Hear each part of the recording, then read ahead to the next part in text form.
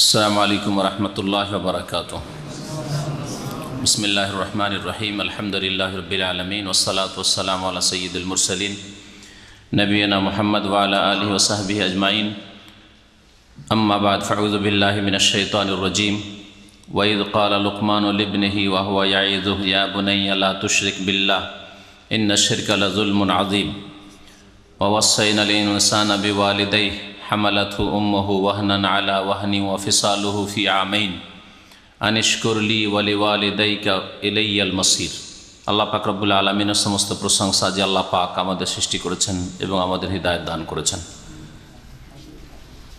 আল্লাহ পাক রব্বুল আলামিনের বড় নিয়ামত যে আল্লাহ পাক আমাদেরকে এই কোরআন কারীম দিয়ে সোজা পথ, যে পথে চললে আল্লাহ পাকের জান্নাত পাওয়া যাবে, দুনিয়া এবং আখিরাত সুন্দর হবে, সে আল্লাহ পাক আমাদেরকে সেই রাস্তায় চলার তৌফিক দান করেছেন। বলেন আলহামদুলিল্লাহ।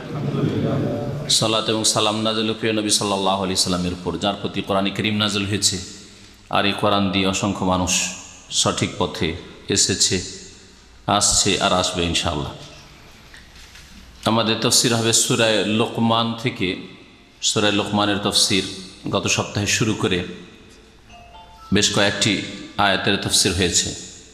প্রথম থেকে আয়াত নম্বর 12 পর্যন্ত তাফসীর হয়ে গেছে। তারপর থেকে আমরা তাফসীর শুরু করব। আল্লাহ পাক রব্বুল আলামিন এই আয়াত থেকে শুরু করে বেশ কয়েকটি আয়াতে লোকমান হাকিম রাদিয়াল্লাহু আনহু তার বেশ কিছু উপদেশ, অত্যন্ত মূল্যবান কথা, যা দিয়ে কিয়ামত পর্যন্ত মানুষ নিজের ভুলগুলি সংশোধন করতে পারবে, সঠিক পথে কায়েম থাকতে পারবে। যে উপদেশগুলি তিনি দিয়েছিলেন নিজ ছেলেকে, কিন্তু তাতে প্রত্যেক মানুষের জন্য রয়েছে পথের সম্বল, যার ফলে আল্লাহ পাক রব্বুল আলামিন কোরআন কারীমের এই সূরায় এই উপদেশগুলি উল্লেখ করেছেন। তরজমা তাফসীর করে দিই, আর তারপরে বুঝবেন যে এই উপদেশগুলি আল্লাহ পাক রব্বুল আলামিন কেন উল্লেখ করেছেন। এই উপদেশগুলির মাধ্যমে মানুষের জীবনের বিভিন্ন ক্ষেত্রের সংশোধন হতে পারে।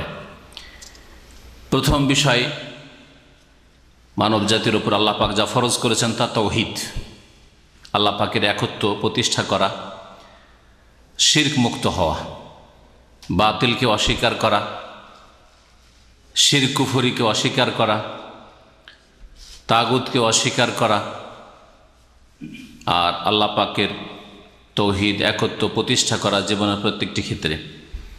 এই বিষয়টি দিয়ে এই উপদেশ শুরু হয়েছে। মহান আল্লাহ ইরশাদ করেছেন, ওয়াইজ ক্বালা লুকমান লিবনিহি, স্মরণ করো যখন লুকমান হাকিম তার ছেলেকে বলেছিল, ওয়া হুয়া ইয়াইযুহু, যে সময় সে উপদেশ দিচ্ছিল নিজ ছেলেকে, বলেছিল, ইয়া বুনাইয়া লা তুশরিক বিল্লাহ, হে প্রিয় বৎস।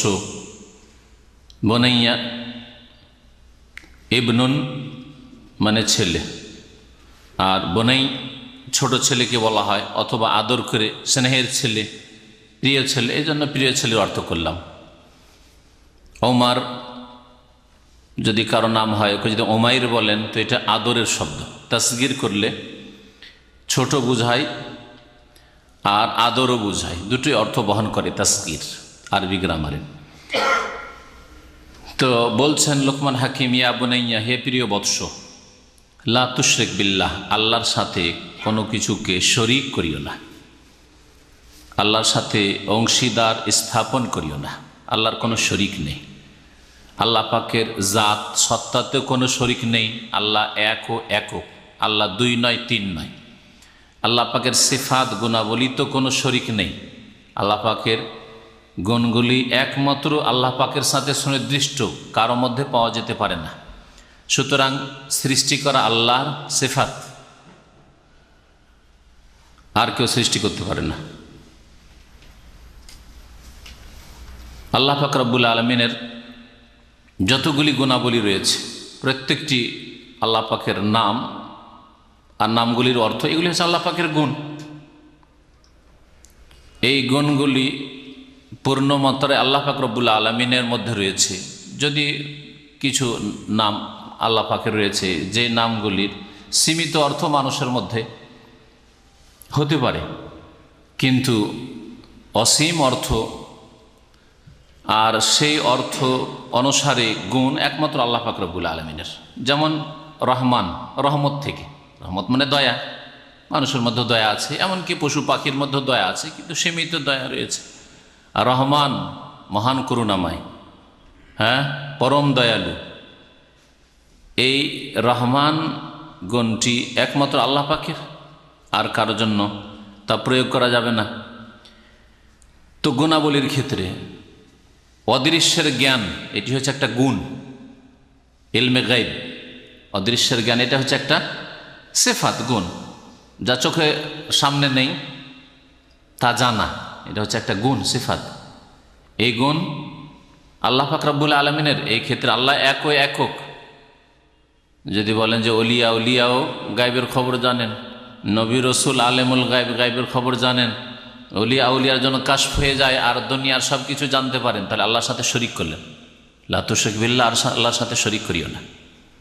তা আল্লাহর সাথে শরিক করিও না মানে শুধু জাতের ক্ষেত্রে, সত্তার ক্ষেত্রে আল্লাহ এক, দুই খোদা নয়, তিন খোদা নয়, এতটুকু। যা আজকাল যারা মুসলিম সমাজের শিরিক করে থাকে তারা বিশ্বাস করে এই তৌহিদ যথেষ্ট নয়, এটা তৌহিদের একটা অংশ।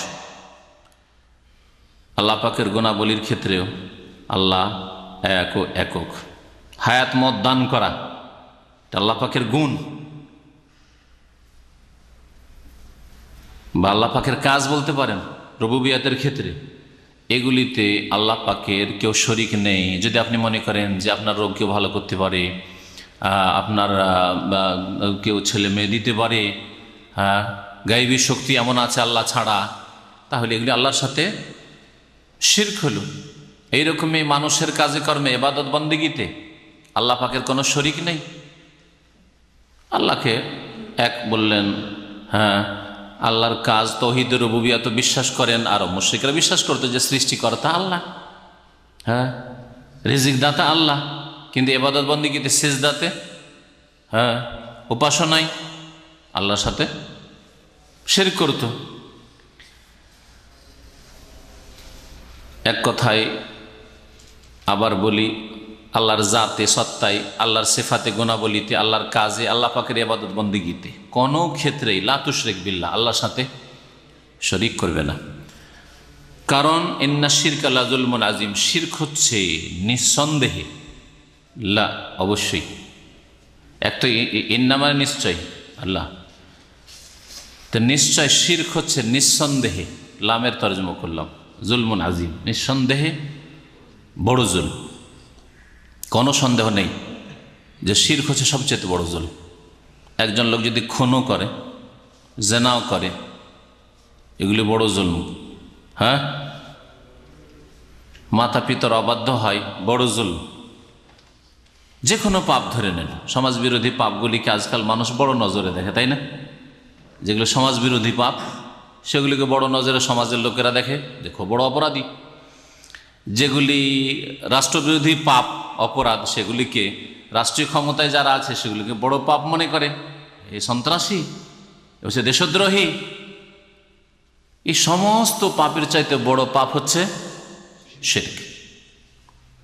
যে ব্যক্তি আল্লাহ ছাড়নাকে সিজদা করলো, আল্লাহ ছাড়নার কাছে ছেলে মেয়ে চাইতে গেল, রোগের আরোগ্য চাইতে গেল, মনে করে উলিয়া দিতে পারে, কবর মাজারে যারা আছে তারা দিতে পারে, এই ব্যক্তি সবচেয়ে বড় মুজরিম, অপরাধী, যাকে আমাদের সমাজের অধিকাংশ মানুষ অপরাধী মনে করে না, আর এই অপরাধকে অপরাধী মনে করে না। যার ফলে মুশরিক যদি ভালো পয়সা ইনকাম করে বা সরকারি চাকরি থাকে, মুশরিককে মেয়ে পেশ করে দিচ্ছে, বোন পেশ করে দিচ্ছে, বেনামাজিকে মেয়ে দিয়ে দিচ্ছে উঠিয়ে। অথচ একজন চরিত্রহীনকে কখনো হয়তো মেয়ে দিত না, বোন দিত না, হ্যাঁ, একজন খুনিকে দিত না। বড় অপরাধ আজকাল মুসলিম সমাজের লোকেরা অধিকাংশই বুঝে না। ইন্না শিরকা লা যুলমুন আযীম, আল্লাহ পাক ঘোষণা করেছেন। কারণ যেই ব্যক্তি অন্য জুলম করলো, মানুষের হক নষ্ট করলো, অথবা আল্লাহর হক নষ্ট করলেও, আল্লাহর হক হচ্ছে তৌহিদ, একমাত্র আল্লাহ পাকের ইবাদত বন্দেগী করা, আল্লাহর কাছে চাওয়া, আল্লাহর কাছে আশা রাখা। আর আল্লাহ পাকের হক হচ্ছে নামাজ পড়া আল্লাহর জন্য, রোজা রাখা আল্লাহর জন্য, হজ করা আল্লাহর জন্য, এগুলি আল্লাহ পাকের হক। সবচেয়ে বড় হক হচ্ছে আল্লাহকে এক মনে করা, এক জানা, এক মানা, তার একত্ব প্রতিষ্ঠা করা।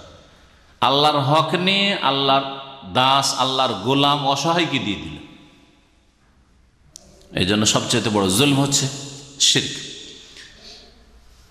মানুষের হক, একজনের জমি আর একজন বেঈমানি করলো, জুলম করলো, নিঃসন্দেহে বড় জুলম। কিন্তু এর চাইতে বড় জুলম হচ্ছে যে আল্লাহর হক নিয়ে জিলানিকে চিশতিকে দিয়ে দিল, দরগাকে দুর্গাকে দিয়ে দিল। তাহলে এই ব্যক্তি বেশি অপরাধী, আল্লাহর হক হরণ করল। তারপরে আল্লাহ পাক রব্বুল আলামিন মাতা পিতার সাথে সদ্ব্যবহারের কথা এখানে উল্লেখ করেছেন। এই বিষয়টি যে আয়াতটি আসছে, ওয়াসাইনাল ইনসানা বিওয়ালিদাইহি, এই আয়াতটি আল্লাহ পাক রব্বুল আলামিনের বাণী। এটা লোকমান হাকিমের উপদেশগুলির অন্তর্ভুক্ত নয়। এই বিষয়টি বুঝতে অনেকেই মাদ্রাসা পড়া আলেম ওলামা ভুল করতে পারে, সেই জন্য একটু ক্লিয়ার করে দিচ্ছি যে এখানে এই কথা আল্লাহ বলেননি যে লোকমান হাকিম এটাও বললেন, হ্যাঁ ঠিক না, যে মাতা পিতার সাথে সদ্ব্যবহার করে। বলেছেন কি ওইভাবে আল্লাহ বলেন, ওই ভঙ্গিমা বলেন, বলছেন ওয়াসাইনা, আমি আল্লাহ মানুষকে নির্দেশ দিয়েছি। ওয়াসা ইউয়াসি মানে নির্দেশ দেওয়া, আদেশ করা। আমি হুকুম দিয়েছি, আল্লাহ পাক রব্বুল আলামিন নির্দেশ দান করেছেন মানুষকে যে বেওয়ালিদাইহি, যেন মানুষ তার মাতা পিতার সাথে, বেওয়ালিদ এখানে এহসানা বা হুসনা উজ্জ আছে, যা অন্য আয়াতে রয়েছে। সূরা আহকাফে আছে হুসনা, আর এক আয়াতে রয়েছে ওয়াসাইনাল ইনসানা বিওয়ালিদাইহি এহসানা, ওয়াবিল ওয়ালিদাইন এহসানা। তাহলে আল্লাহ পাক এখানে এহসান শব্দ না বললেও কথার ভঙ্গিমাতে বোঝা যাচ্ছে যে মানুষকে আমি নির্দেশ দিয়েছি যে তার মাতা পিতার সাথে কি করবে, সদ্ব্যবহার করবে। আল্লাহ বলছেন আমি নির্দেশ দিয়েছি। তো লোকমান হাকিমের এটা উপদেশ নয়। প্রশ্ন হচ্ছে যে লোকমান হাকিম শিরক সম্পর্কে উপদেশ দিলে, নামাজের উপদেশ, আরও বেশ কিছু চরিত্র গঠন, মানুষের সাথে সদ্ব্যবহারের উপদেশ, এগুলি দিলেন, কিন্তু মানুষের মধ্যে সবচাইতে বেশি হক রাখে মানুষের ওপর বাপ মা। তো বাপ মা সম্পর্কে উপদেশটা লোকমান হাকিম দিলেন না কেন? বুঝতে পারছেন প্রশ্ন? হ্যাঁ, লোকমান হাকিম উপদেশ দেননি বাপ মা সম্পর্কে, আর আল্লাহ পাক রব্বুল আলামিনের কাছে আল্লাহর হকের পরে মাতা পিতার হক। এই জন্য আল্লাহ পাক লোকমান হাকিমের উপদেশের মাঝখানে এই বিষয়টিকে ঢুকিয়ে দিয়েছেন। আর একটা কথা বুঝলেন? বা আল্লাহ পাকের হকের পর কার হক বললাম? মাতা পিতার হক। আর ওই বিষয়টি লোকমান হাকিম যেহেতু বলেননি ছেলেকে, সেই জন্য আল্লাহ পাক এখানে নিয়ে এসেছেন যে দেখো আমার পরে তোমার মাতা পিতার হক। ওয়াকাদা রাব্বুকা আল্লা তা'বুদু ইল্লা ইয়াহু ওয়া বিল ওয়ালিদাইনি ইহসানা, সূরা বনী ইসরাঈল আল্লাহ বলছেন, আল্লাহ পাকের ফয়সালা, ওয়াকাদা রাব্বুকা, তোমার রব ফয়সালা করেছেন এটা যে আল্লাহ তা'বুদু ইল্লা ইয়াহু, একমাত্র তাঁর ছাড়া কারো ইবাদত করবে না। ওয়া বিল ওয়ালিদাইনি ইহসানা, মাতা পিতার সাথে সদ্ব্যবহার করবে। আল্লাহ পাক রব্বুল আলামিন আর এক আয়াতে সূরা নিসা বলছেন ওয়াবুদুল্লাহ ওয়ালা তুশরিকু বিহি শাইআ ওয়া বিল ওয়ালিদাইনি ইহসানা, তোমরা আল্লাহ পাকের ইবাদত করো, ওয়ালা তুশরিকু বিহি শাইআ, তার সাথে কোনো কিছুকে শরীক করিও না, ওয়া বিল ওয়ালিদাইনি ইহসানা, আর মাতা পিতার সাথে সদ্ব্যবহার করবে। দেখেন আল্লাহ পাকের পরে কার হক? মাতা পিতার হক। আল্লাহ পাকের পরে ছেলে মেয়ের হক নাই। যাদের ছেলে মেয়ে হয়েছে অনেকে ভাবে ছেলে মেয়ের হক তো বেশি, আগে ছেলে মেয়েকে খাওয়াইতে হবে না, ছেলে মেয়ে নিয়ে চিন্তা করতে হবে। ছেলে মেয়ের লেখাপড়া নিয়ে চিন্তা করে সেজন্য বাপ মাকে খরচ দেয় না। কোনটা আগে? বাপ মায়ের হক আগে। স্ত্রী, এটা আমার ফরজে আইন, বাপ মার জন্য আমার আরো ভাইয়েরা আছে, সুতরাং বাপ মাকে একটু দিয়ে বাস। যদি আপনার অন্য ভাইরা না দেয় তাই বলে আপনি বলবেন যে না, আমরা যেহেতু 3 ভাই আছি তো 3 ভাগের 1 ভাগ আমার দেওয়া ফরজ, এটা বলবেন? পুরোটাই ফরজ। সে যদি শেয়ার করে আপনার ভাইয়েরও তো আলহামদুলিল্লাহ, আর যদি শেয়ার না করে, না দেয়, তো আপনার ফরজে আইন। তারা অসহায় হলে, অচল হলে, বিশেষ করে বার্ধক্যে পৌঁছে গেলে, যখন রুজি রোজগার মানুষ করতে পারেন না তখন, আর বাপমা নিজে যদি সচ্ছল হয়, হ্যাঁ, তাহলে বাপমার ওই দিকটির আর্থিক দিক থেকে সদ্ব্যবহার প্রয়োজন নেই, আর্থিক দিক থেকে যথেষ্ট তার। কিন্তু কথার সদ্ব্যবহার, চলাফেরা, খোঁজ খবর নেওয়া, অনেক সময় আর্থিক দিক থেকে সুখী, কিন্তু শারীরিক দিক থেকে ছেলের মুখাপেক্ষী। ছেলে একটু সহযোগিতা করবে, হাসপাতালে নিয়ে যাবে, ছেলে সেবা যত্ন করবে, পাশে এসে বসবে। তাহলে অবিল ওয়ালিদাইন এহসান, এহসান অবশ্যই রাখতে হবে। তো এহসান মানে শুধু অর্থ খরচ করা নয়, এহসান কথাটি অত্যন্ত ব্যাপক। আপনার আব্বার সাথে এহসান, সদ্ব্যবহার, যেসব কাজ কথা দ্বারা হইতে পারে সবগুলি তার মধ্যে সামিল। হয়তো আপনার ক্ষেত্রে যে বিষয়গুলি প্রযোজ্য আমার ক্ষেত্রে নাও হইতে পারে, বুঝতে পারছেন না? একজন লোক দেশে আছে, অভাবী ছেলে, আর বাপ মায়ের দেখাশোনা করছে, তার ক্ষেত্রে তার সাধ্যে আছে, সে শারীরিকভাবে খেদমত করতে পারে, আর্থিক দিক থেকে পারছে না আপনার ভাই। আর আপনি বিদেশে আছেন, শারীরিক দিক থেকে আপনি খেদমত বা সদ্ব্যবহার করার মতো আপনার তৌফিক নেই দূরে থাকায়, কিন্তু আপনি আর্থিক দিক থেকে যথেষ্ট করতে পারবেন, তাহলে এহসানের ধরনটা ভিন্ন হয়ে গেল, ঠিক না? লোকমান হাকিম, একটা প্রশ্ন শুধু বাকি থেকে যায় যে বাপ মায়ের হকের বিষয়টি অত্যন্ত গুরুত্বপূর্ণ দিন ইসলামে। লোকমান হাকিম ছেলেকে এই উপদেশটা দিলেন না কেন? আর দিলেন না বলে আল্লাহ পাক এখানে উল্লেখ করেছেন, তাই না? কেন দিলেন না বলতে পারেন? চিন্তা করেন তো একটু, দেখি একটু ভালো করে গভীরভাবে চিন্তা করলে বুঝতে পারবেন। হ্যাঁ, না ওইটা না, অত দূর চিন্তা করবেন না, না না, ওইটা না। বাপ মায়ের, বাপ ছেলেকে উপদেশ দিচ্ছে, ঠিক না? লোকমান হাকিম বাপ আর ছেলেকে উপদেশ দিচ্ছে। ছেলেকে উপদেশ দিতে গিয়ে যদি বলে দেখো বাপ মায়ের সাথে সদ্ব্যবহার করবে, তো এই উপদেশে নিজের ব্যক্তি স্বার্থ একটা রয়েছে, একটা অংশ নিজের দুনিয়াবী স্বার্থ রয়েছে, যে আমার সাথে যাতে করে সদ্ব্যবহার হয়, যাতে করে দাওয়াতে, ইসলামের দাওয়াতে, এটা হচ্ছে ইসলামের দাওয়াত, উপদেশ। ইসলামের দাওয়াত দিতে গিয়ে, মানুষের ইসলাহ করতে গিয়ে, মানুষকে উপদেশ দিতে গিয়ে লিল্লাহিয়াত থাকে, খলুসিয়াত থাকে, ব্যক্তি সামান্য স্বার্থ না চলে আসে। এই জন্য বাপ মা সম্পর্কে তিনি নীরব থেকেছেন, বলেননি। আল্লাহ পাক যখন দেখলেন যে লোকমান হাকিম তুমি দেখছো আমার ইখলাসে খানিকটা চলে আসবে ত্রুটি, হয়তো আমার স্বার্থ চলে আসতে পারে, যে আমি যেহেতু বাপ আর আমার প্রয়োজন হতে পারে খেদমতের ভাব, অবশ্যই সদ্ব্যবহার অবশ্যই সবাই কামনা করে, সেই জন্য তুমি দিলে না তোমার ছেলেকে উপদেশ, কিন্তু আমি আল্লাহ দিচ্ছি মানুষকে উপদেশ যে বাপ মায়ের সাথে সদ্ব্যবহার করবে। বুঝতে পারলেন? এতে থেকে যেটা শিক্ষণীয় বিষয় প্রত্যেক মুসলিমের জন্য সাধারণভাবে, আর বিশেষ করে যারা দাওয়াতের কাজ করছেন, যাতে করে আপনার দাওয়াতে ইখলাস থাকে, আপনার ইসলামের কথা মানুষকে বলবেন, দিনের কথা, কোরআন হাদিসের কথা বলবে, তাতে লিল্লাহিয়াত থাকে, আল্লাহর সন্তুষ্টি উদ্দেশ্য থাকে, ব্যক্তি সামান্য স্বার্থ যেন না থাকে। এই লোকটার সাথে বেশি কথাবার্তা বলে যদি হেদায়েত করতে পারি, আমার একটা দুনিয়াবী স্বার্থ আছে, এই লোকটা আমার সাপোর্ট হবে, দুনিয়াবী গরজ নয়, এটা আমার গ্রামের, এটা আমার এলাকার, এটা আমার অঞ্চলের, সুতরাং এই লোকটি যদি দিনের দিকে চলে আসে তো আমার একটা সাপোর্ট মিলবে, সহযোগিতা হবে। এই লোকটা মাশাআল্লাহ বিত্তবান, পয়সাওয়ালা মানুষ দামামের মধ্যে, সুতরাং এই লোকটাকে যদি সহি আকীদা নিয়ে চলে আসতে পারি তাহলে আমাদের একটু লাভ হবে। বিশেষ করে যদি নিজের ব্যক্তিগত স্বার্থ থাকে যে এই লোকটা আমার দলে চলে আসলে সুখে দুঃখে সাথ দেবে, আর্থিক সহযোগিতা পাওয়া যাবে, এই লোকটা দিয়ে শুধু দাওয়াতের ক্ষেত্রে নয়, বরং অনেকের দুনিয়াবী স্বার্থ আছে যে এই লোকটার সাথে খাতিরটা জমাতে পারলে, দিনী আকীদার ভিত্তিতে যখন খাতিরটা জমবে তখন বড় মজবুত খাতির হবে, তখন এর কাছে প্রয়োজনে 10-20 হাজার রিয়াল পাওয়া যাবে। দেখলেন, ইখলাস গেল আপনার, ইসলামের দাওয়াত দেওয়ার নেকি সব গেল, আপনার কিছুই পাবেন না আপনি। ইখলাস, যে কোনো আমল কবুল হওয়ার জন্য, তার আল্লাহর কাছে নেকি ফল পাওয়ার জন্য শর্ত হচ্ছে ইখলাস। ইখলাস মানে শুধু তৌহিদ নয়, আল্লাহ পাকের জন্য সেটা হইতে হবে, এটাও তৌহিদ। জি, একমাত্র আল্লাহ সন্তুষ্টির জন্য আপনি কাজ, ইন্নামা নুতঈমুকুম লিওয়াজহিল্লাহ, আল্লাহর সন্তুষ্টির জন্য আমি খাওয়াচ্ছি, আল্লাহ সন্তুষ্টির জন্য আমি দাওয়াত দিচ্ছি, দুনিয়ার কোনো স্বার্থ গরজ না থাকে, বিভিন্ন জায়গায় বিভিন্ন গরজ থাকতে পারে। এই লোকটাকে দাওয়াত দিয়ে যদি নিজের দলে টেনে নিতে পারি তাহলে বড় লাভ আছে।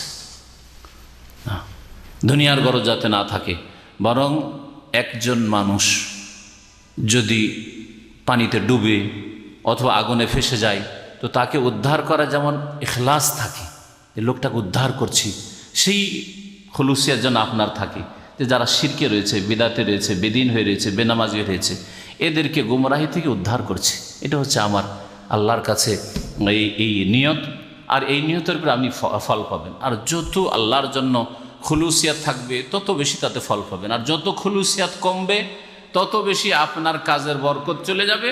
আর দুনিয়ার গরজ করেছেন, হয়তো দুনিয়াও হাসিল হবে না, আর আখিরাত তো হাসিল হবেই না। ইন্নামাল আমালু বিন্নিয়াত ওয়াসাইনাল ইনসান, আল্লাহ পাক বলছেন আমি মানুষকে, অর্থাৎ মানব জাতিকে, আল ইনসান সমস্ত মানুষকে, আল ইনসান যেমন আলহামদু সমস্ত প্রশংসা বলছেন, এখানেও আল ইনসান মানে সমস্ত মানুষকে। ইস্তিগরাকের অর্থ নিতে পারেন, যেটাকে আলিফ লাম ইস্তিগরাকি বলা, অথবা জিন্স মানে মানব জাতিকে। হ্যাঁ, আলিফ লাম জিন্সের জন্য হয়, মানে যে কোনো মানুষকে। আমি মানুষকে উপদেশ দিয়েছি বা নির্দেশ দিয়েছি যে বেওয়ালিদাইহি, তার মাতা পিতা, ওয়ালিদাইনে ছিল তাসনিয়া দ্বিবচন, মাতা পিতার সাথে সদ্ব্যবহার করবে। কেন সদ্ব্যবহার করবে? কিছু কারণ আল্লাহ পাক উল্লেখ করেছেন। হামালাথু উম্মুহু ওয়াহনান আলা ওয়াহন, বিশেষ করে মায়ের কথা আল্লাহ পাক এখানে উল্লেখ করেছেন। বাপ বাইরে থেকে মেহনত করে ছেলে মেয়ে লালন পালনের ব্যবস্থা করে, আর মা ঘরে থেকে কষ্ট করে। মায়ের কষ্টটা বাপের তুলনায় বেশি, আল্লাহ পাক মায়ের কথা বিশেষ করে উল্লেখ করেছেন। তারপরে বাপ অনেক সময় স্বাবলম্বী, অর্থ আছে, শরীরে ক্ষমতাও আছে, বিদ্যা বুদ্ধিও আছে, বাইরে রুজি রোজগার করতে পারবে, চলে যাবে, এগুলো দিক আছে। তারপর বাপকে ছেলে বেশি ভয় করে, মাকে ভয় করে না। 10-12 বছরের ছেলে মাকে ভয় করে না, 18-20 বছরের তো ভয় করবেই না, কিন্তু বাপকে ছেলেরা ভয় করে, ঠিক না? তো অনেক সময় ভয়ে হয়তো ভালো ব্যবহার করছেন আপনি বাপের সাথে, কিন্তু মায়ের সাথে না। মায়ের সাথে যদি আল্লাহর ভয় থাকে তাহলে ভালো ব্যবহার হইতে পারে। এই জন্য বিশেষ করে মায়ের কথা আল্লাহ পাক উল্লেখ করেছে, হামালাথু উম্মুহু ওয়াহনান, মানুষকে তার মা বহন করেছে, গর্ভে ধারণ করেছে। ওয়াহনান আলা ওয়াহানিন, কষ্টের উপর কষ্ট বরদাস্ত করে। এ একটি কষ্ট না, নানা প্রকারের কষ্ট বরদাস্ত করেছে। পেটে যখনই গর্ভধারণ করেছে তখন বিভিন্ন রকমের কষ্ট শুরু হয়েছে, তাই না? বিভিন্ন রকমের অসুবিধা, বমি করা, খেতে পারে না, কিছু খেয়ে পেটে কিছু রাখতেই পারে না। আর এই যে 9 মাস 10 মাস ধরে বহন করান যে কষ্টগুলি আছে, সেটা বাস্তবে কোনো পুরুষ মানুষ বলতে পারবে না যে কি কষ্ট হয়, না পারবে? ওই শুনে শুনেই যতটুকু জানি হয়তো, বা অনুমান ভিত্তিক যতটা জানি, কোনো মানুষ একে ইলমুল ইয়াকিন বলা হয়, বিশ্বাস আছে যে কষ্ট করে মহিলারা, কিন্তু আইনুল ইয়াকিন আর হাক্কুল ইয়াকিন, বাস্তব অভিজ্ঞতা একমাত্র মহিলাদের আছে। যে একটা বাচ্চা পেটে রাখতে আর তা একেবারে দুনিয়াতে পৌঁছাতে কি কষ্ট করে মা, প্রসব বেদনায় কি কষ্ট হয়, সেটা একজন পুরুষ কখনো বুঝবে না। কষ্টের ওপর কষ্ট করে গর্ভধারণ করে মা। অফেসাল শুধু তাই নয়, যদি ভূমিষ্ঠ করে ছেড়ে দিত, পেট থেকে যখন ভূমিষ্ঠ হলে ছেড়ে দিত, যাক ফ্রি হয়ে গেছে, হালকা হয়েছে, ছেড়ে দেয়, ছেড়ে দেবে। যদি বলেন ছেড়ে দাও তোমার দায়িত্ব শেষ, তবুও ছাড়বে না। সুবহানাল্লাহ, আল্লাহ পাক এমন মায়া দিয়ে দিচ্ছেন। এ মায়া কার পক্ষ থেকে? আল্লাহর পক্ষ। আল্লাহ যদি এই মায়ের অন্তরে না দিতেন, ফেলে দিতেন, তাই না? মা ফেলে দিত, তোর জন্য এত কষ্ট করেছে, আর কত কষ্ট করবো, যা। আল্লাহ পাকে মায়া দিয়ে দিয়েছেন। তাহলে আল্লাহ পাক যিনি মায়া অন্তরে ঢেলে দিয়েছেন, সেই আল্লাহ মায়ের চাইতে বেশি দয়ালু, ঠিক না? কারণ আল্লাহ যদি এই মায়ের অন্তরে দয়াটা না দিতেন তাহলে এই দয়া হইতো না, তাহলে আপনাকে আমাকে মানুষই করতো না। মা বাপ খরচই দিত না, এসব ঝামেলা করে লাগিয়ে ফেলে দিয়ে চলে। অনেক ছেলেকে যেগুলো যারও সন্তান ফেলে দিয়ে চলে যায়, খবর আছে না? নাই আপনাদের কাছে? সব দেশই ঘটে। কারো যারও সন্তান উপর মায়া নেই, রাখতে পারছে না, মান ইজ্জতের ব্যাপার, বিভিন্ন বিষয় আছে। এই জন্য নবী সাল্লাল্লাহু আলাইহি ওয়াসাল্লাম বলেছেন যে লাল্লাহু আরহামু বিইবাদিহি মিনাল ওয়ালিদাতি বিওয়ালাদিহা, নিশ্চয়ই আল্লাহ পাক বান্দার উপর অতি দয়ালু। আরহাম বিইবাদিহি মিনাল ওয়ালিদা, মায়ের চাইতে অধিক দয়ালু। মা যতটা বেওয়ালাদিহা, মা যতটা ছেলে মেয়ের ওপর মায়া করে দয়া করে, তার চাইতে বেশি আরহাম ইসিম তাফসীরে শেখা, আল্লাহ পাক দয়ালু। আল্লাহ দয়ালু না হলে আল্লাহ দয়া দিতেন না মায়ের অন্তর।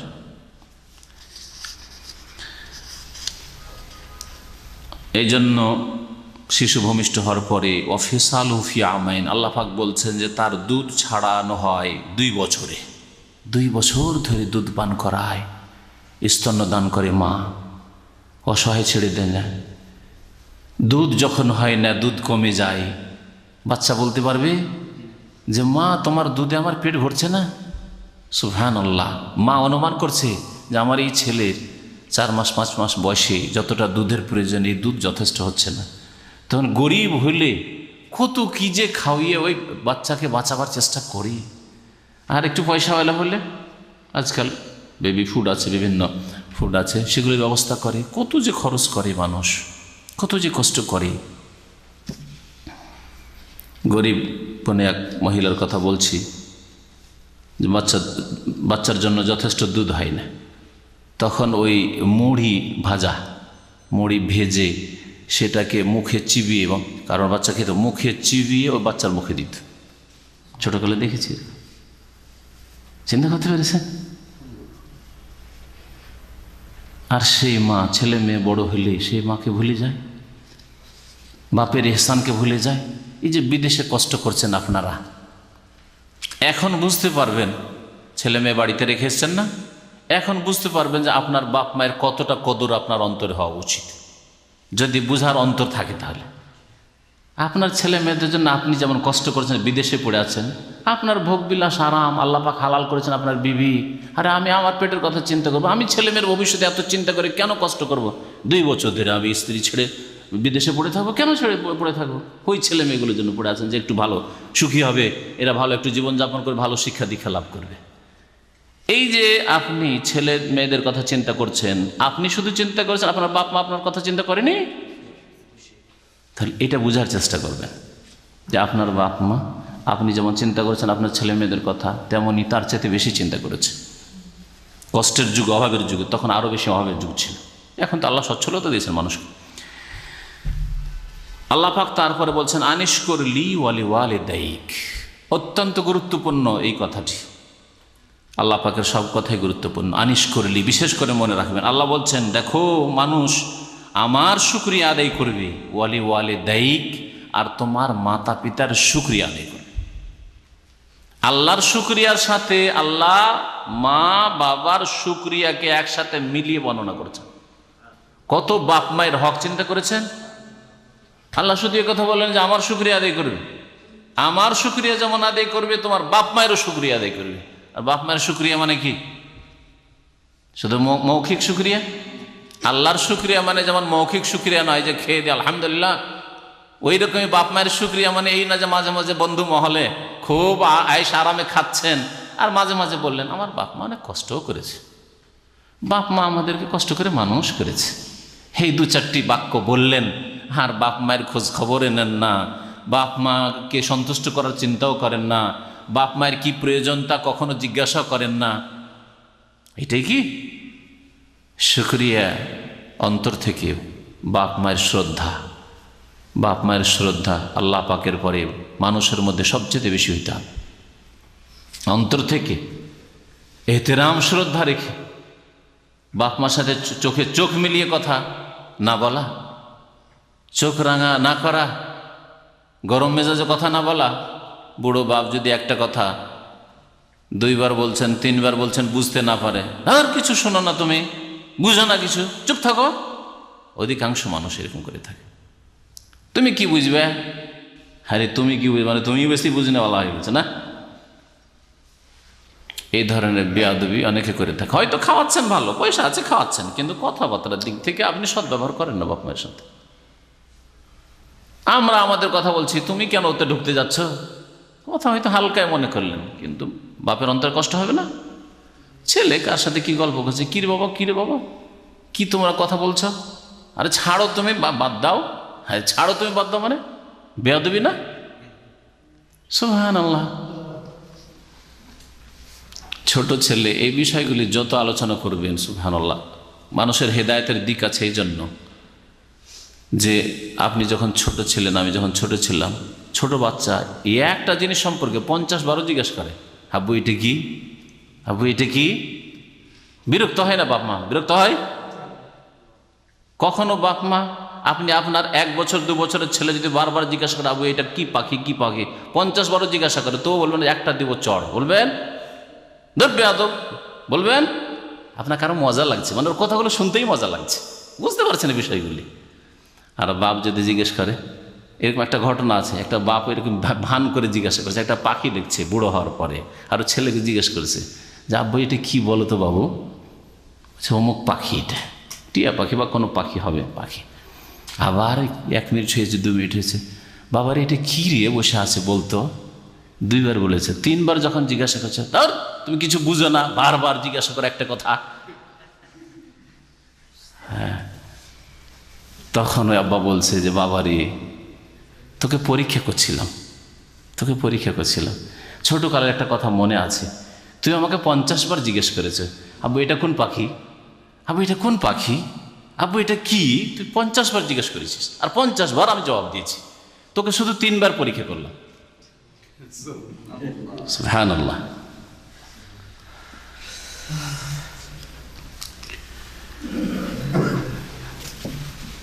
আল্লাহ পাক বলছেন যে আমার শুকরিয়া আদায় করো, ওয়ালি ওয়ালিদাইকা, আর তোমার বাপ মায়ের শুকরিয়া আদায় করো, অন্তর থেকে শুকরিয়া আদায় করবে।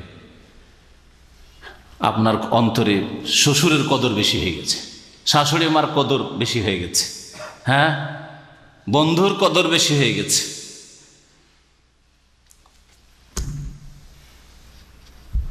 আর তার সাথে সাথে মুখে, কাজে, কাজে কর্মে শুকরিয়া আদায় করতে হবে। শুধু মৌখিক কথা নয়, বরং আমলের নাম হচ্ছে শুকরিয়া আদায় করা।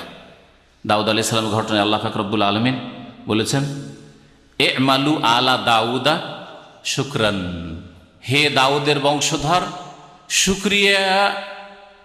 শুকরিয়ার আমল করো। ইমালু আলা দাউদ, হে আলে দাউদ, হে দাউদের বংশধর, তোমরা কর্ম করো শুকরিয়ার। তাহলে বোঝা গেল শুকরিয়া কাজের নাম, কাজের নাম।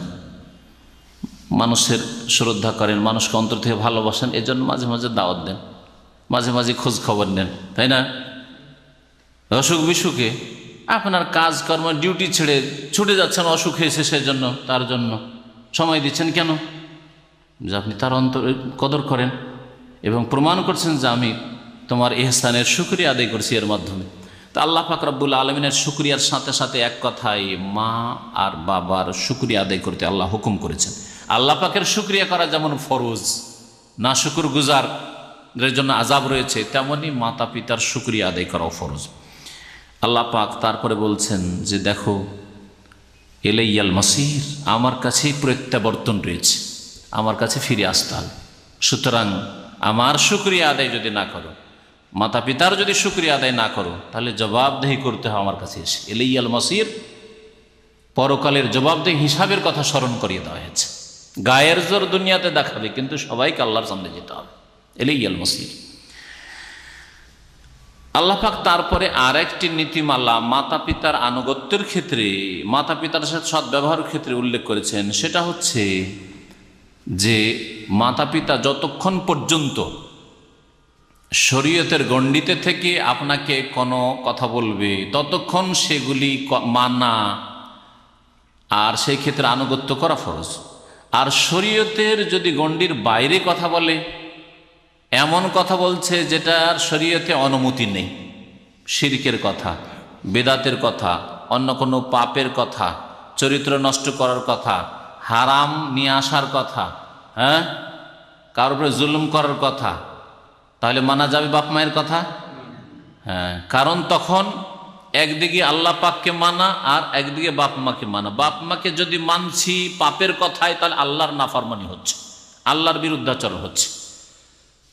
আগেকার কথা মানতে হবে, কারণ আল্লাহর সবগুলি কথাই ঠিক আল্লাহর দিনের, কিন্তু বাপ মা মানুষ, তাদের সব কথা ঠিক নাও হইতে পারে।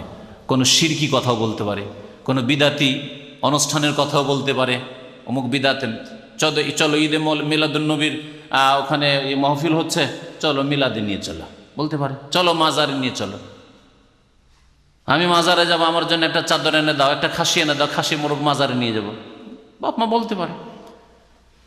আর বাপ মার মধ্যে অজ্ঞতা থাকতে পারে দিন সম্পর্কে, শিরকি বিদাতি আকীদা থাকতে পারে। বাপ মা বলতে পারে, যা আমার জন্য বিড়ি সিগারেট নিয়ে আসিও, জর্দা নিয়ে আসিও। শুনবেন নাকি? অনেক ছেলেরাই এরকম কাজ করে থাকে। মায়ের জন্য পান খাওয়া, মা পানও নিয়ে আসে, জর্দাও নিয়ে আসে। পান পর্যন্ত তো হালাল হইতে পারে কোনো রকম, কিন্তু জর্দা হালাল নয়, হারাম। সুতরাং মাকে বাপকে জর্দা এনে দেবেন, এটা হারাম, গুনার কাজ করলেন। আল্লাহকে অসন্তুষ্ট করে মায়ের বাপের চাহিদা পূরণ করলেন, এটা জায়েজ নয়। এই মর্মে কোরআনে কারিমে এই একটি আয়াত রয়েছে। আল্লাহ বলছেন, ওয়াইন জাহাদাকা, যদি তোমার সাথে তোমার মাতা পিতা উভয়ই পীড়াপিড়ি করে। জাহাদাকা মানে চেষ্টা চালায়, মানে পীড়াপিড়ি করে। কিসের ব্যাপারে? আল্লাহ এই বিষয়ে যে আনতুশরিকা বি, আমার সাথে শিরিক করো। শিরকের ক্ষেত্রে যদি পীড়াপিড়ি করে, শিরক করা আল্লাহ পাকের সবচেয়ে বড় নাফরমানি। ওই জন্য আল্লাহ একটি বিষয় উল্লেখ করেছেন, যে কোনো নাফরমানির ক্ষেত্রে এই বিধান প্রযোজ্য।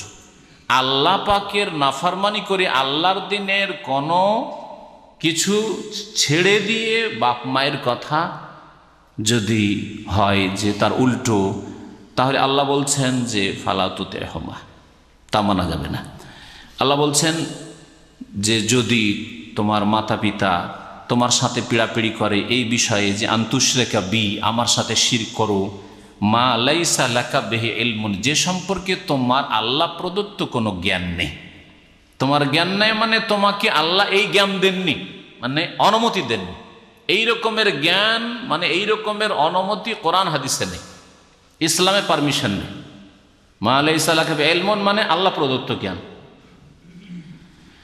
ফালা তুতি'হুমা, তাহলে তাদের কথা মানবে না, তাদের আনুগত্য করবে না। কথা মানলেন না। ধরেন একটা উদাহরণ দিচ্ছি, হালকা উদাহরণ, যেটাকে বিদাতি মহল মকরু বলে, জর্দা তামাকের। আর একটা হচ্ছে বড় পাপ, বড় পাপ শিরকের কথা। হ্যাঁ, আর মাঝামাঝি বহু পাপ আছে। মা বলছে আমার জন্য জর্দা নিয়ে আসবে, বাপ বলছে আমার জন্য এক প্যাকেট সিগারেট নিয়ে আসবে। আল্লাহ বলছে ফালা তুতি'হুমা, মানবে না। ঠিক আছে, মানবে না, কিন্তু খারাপ কথা বলবে।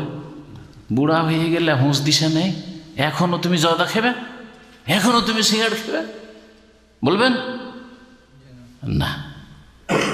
আল্লাহ বলছেন ওয়াসাহিবহুমা ফিদ দুনিয়া মারুফা, তবে তাদের সঙ্গ দাও, তাদের সাথে থাকো, সঙ্গ দাও, ফিদ দুনিয়া পৃথিবীতে, ইহ জগতে, মারুফান সদ্ব্যবহারের সাথে। ভালো ব্যবহার করো, খারাপ ব্যবহার করিও না। তারা পাপ করছে, পাপ করতে বলছে, অন্যায় কথা বলছে বলেই তাদের সাথে খারাপ আচরণ করবে না, খারাপ আচরণ করা জায়েজ না। মুশরিক বাপ মাও যদি হয়, বেনামাজি বাপ মাও হয়, তারপর খারাপ আচরণ করা জায়েজ না। সদ্ব্যবহারের মাধ্যমেই তাদের অন্তরকে জয় করার চেষ্টা করে। হতে পারে যে আপনার ভালো ব্যবহারের মাধ্যমে হেদায়েত হয়ে আসবে ওই বেদিন, বেনামাজি বাপ মা, মুশরিক বাপ মা, বিদাতি বাপ মা। আল্লাহ ভালো ব্যবহার করতে বলেছেন, দুনিয়ার ক্ষেত্রে ভালো ব্যবহার করতে হবে। তাহলে বিদাতি মুশরিক বাপ মাও যদি হয় আর অভাবী হয়, তাহলে আর্থিক সহযোগিতা করতে হবে, তাদের খরচ চালাতে হবে, চিকিৎসা দিতে হবে, তাদের যে প্রয়োজন রয়েছে প্রয়োজন দিতে হবে, শারীরিক খেদমতের প্রয়োজন খেদমত দিতে হবে। সাহিবহুমা ফিদ দুনিয়া মারুফা। আকীদার ক্ষেত্রে, আমলের ক্ষেত্রে না, তাদের অনুকরণ করা যাবে না, তাদের কথা মানা যাবে না। আল্লাহ বলছেন এই ক্ষেত্রে বাপ মা আল্লাহর বিরুদ্ধাচরণ করছে, ওয়াত্তাবে সাবিলা মান আনাবা ইলাইয়া, আর তুমি অনুসরণ করবে ওই সব লোকের রাস্তার যারা আমার অভিমুখী হয়েছে। তোমার বাপ মা আল্লাহ অভিমুখী নয়, রাসূলুল্লাহ সাল্লাল্লাহু আলাইহি ওয়াসাল্লাম সবচেয়ে বেশি আল্লাহ অভিমুখী। সাহাবায়ে কেরাম, মুমিন মুসলিমরা, গ্রামের দিনদার নামাজি লোকেরা রয়েছে যারা শিরক মুক্ত, হ্যাঁ, তৌহিদবাদী মুসলিম, তাদের পথের অনুসরণ করো। বাপ মা শিরক বিদাতে আছে, পাপে আছে, তাদের পথের অনুসরণ করিও না। ওয়াত্তাবি সাবিলা মান আনাবা ইলাই সুম্মা ইলাইয়া মারজিউকুম, তারপরে জেনে রাখো যে আমার কাছেই বা আমার দিকেই তোমাদের প্রত্যাবর্তন স্থল রয়েছে, তোমাদেরকে ফিরে আসতে হবে আমার কাছেই। সুতরাং আজকে অন্যায়ের ক্ষেত্রে বাপ মায়ের কথা শুনবে, কালকে আমার কাছে ফিরে এসে জবাবদিহি করতে হবে। বাপ মা অনেক সময় জুলমের কথাবার্তা বলে, পারিবারিক ক্ষেত্রে, সামাজিক ক্ষেত্রে। বাপ যদি বলে আপনাকে যে বাবা তোকে খুব ভালোবাসি আর তুই আমার খেদমত ভালোই করছিস, চল 10 বিঘা জমি আছে, অমুককে দেবো না বা অমুককে কম দেবো, মেয়েদেরকে দেবো না, চল তোকে লিখে দিয়ে চলে আসি, চল আমাকে রেজিস্ট্রি অফিসে নিয়ে চল। শুনবেন? গাড়ি নিয়ে এসে হাজির। আজকাল অধিকাংশ মুসলিম এক স্পেশাল গাড়ি নিয়ে আসবে, আজকে জমি দিব আমার বাপ লিখে। হ্যাঁ, বনগুলি সবগুলি আপনি পাবেন, ছাড়বেন? আল্লাহ ফালা তোতে হমা, কখনো শুনবে না। ভালো ব্যবহার কর, আর ভালো ব্যবহার একটা দিক হচ্ছে উপদেশ দাও যে আল্লাহকে ভয় করেন, আব্বা মা আল্লাহকে ভয় করেন, বনগুলিকে বঞ্চিত করবেন। যেমন আপনার সন্তান আমি, আপনার মেয়েরাও সন্তান, কিয়ামতের দিনে জাহান্নামে যেতে হবে আপনাকে যদি এই অবস্থায় চলে যান তো। খবরদার এরকম কাজ করবেন না। ভালো উপদেশ দেন। আল্লাহ বলছেন আমার কাছে যখন ফিরে আসি ফাওয়ানাব্বিউকুম বিমা কুনতুম তা'মালুন, তোমরা যা কিছু করতে সে সম্পর্কে তোমাদেরকে আমি জানিয়ে দেব। দ্বিতীয় উপদেশ লোকমান হাকিমের, সেটা ছিল পরকাল সম্পর্কে চিন্তাশীল হওয়া। পরকাল সম্পর্কে চিন্তাশীল, জবাব দিতে হবে পরকালে। দুনিয়ায় যা কিছু করবেন এমনিতেই চলে যাচ্ছে এমন নয়, প্রত্যেকটি কথা কাজ রেকর্ড হচ্ছে আল্লাহ পাকের পক্ষ থেকে। আর এই সবগুলি আল্লাহর সামনে আপনাকে সহ পেশ করা হবে। আল্লাহর সামনে আপনার আমলও পেশ হবে আর আপনাকে পেশ করা হবে আপনার সামনে সে আমলগুলো। ওয়াজাদু মা আমিলু হাদিরা। আল্লাহ একটি আয়াতে বলেছেন কিয়ামতের দিনে সেদিন যা কিছু কর্ম করেছিল পৃথিবীতে উপস্থিত পাবে, সামনে হাজির, সব হাজির হয়ে যাবে। এই সম্পর্কে চিন্তাশীল হওয়া, এর মাধ্যমে মানুষের সংশোধন হতে পারে।